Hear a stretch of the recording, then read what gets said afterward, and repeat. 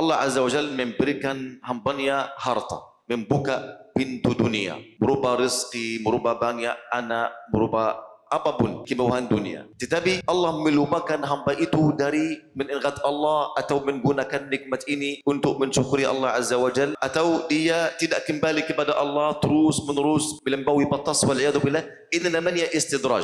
Kenapa Allah melakukan ini? Kerana hamba itu di dalam kelalaian. Lalu Allah memberikannya harta, lalu dia bahagia terus menerus melampaui batas. Ini namanya istidraj. Istidraj ini artinya dia tidak diberi taufik untuk mensyukuri Allah Azza wa Jalla, untuk melakukan syukur kepada Allah Tabaraka wa Ta'ala. Faham? Kerana setiap nikmat yang Allah berikan kepada kita, wajib atas kita untuk melakukan apa? Untuk mensyukuri, untuk menggunakan nikmat ini di dalam ketaatan kepada Allah Azza wa Jalla. Nikmat anak, kita harus mendidik mereka di dalam mengabdi agama Allah Tabaraka wa Ta'ala. Nikmat istri, kita harus mendidik istri ini untuk mengabdi agama Allah Tabaraka wa Ta'ala sebagai wakaf untuk Allah Azza wa Jalla. Nikmat harta, kita harus menggunakan harta ini di dalam ketaatan kepada Allah Azza wa Jalla, mengabdi agama Allah Tabaraka wa Ta'ala, dan terus menerus. Jika kita tidak menggunakan semuanya di dalam kenikmatan, artinya kita berada di dalam istidraj.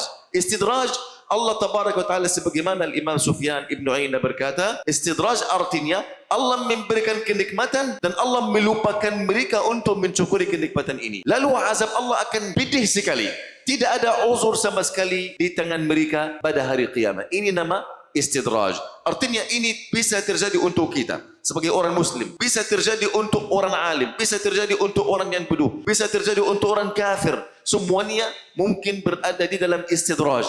Bagaimana engkau tahu fitnah yang kenamu atau ujian yang kenamu ini istidraj atau tidak? Apakah ujian ini berupa kenikmatan atau kesulitan mendekatkan engkau kepada Allah, atau engkau masih terus menerus melampaui batas, lupa Allah Azza wa Jalla di dalam kelalaian? Jika ada ujian berupa penderita atau kesulitan atau kenikmatan dan seorang hamba itu masih di dalam kelalaian, artinya ini di dalam istidraj. Tetapi ketika ada ujian berupa penderita atau kenikmatan yang mendekatkan engkau kepada Allah Azza wa Jalla, ini apa? Ini nikmat dari Allah Tabaraka wa Ta'ala. Tujuan dari semua ujian di dunia supaya manusia ini kembali kepada Allah Tabaraka wa Ta'ala. Tujuan Allah Azza wa Jalla dari semua ujian di dunia hanya satu saja, yaitu supaya manusia ini kembali kepada Allah Tabaraka wa Ta'ala.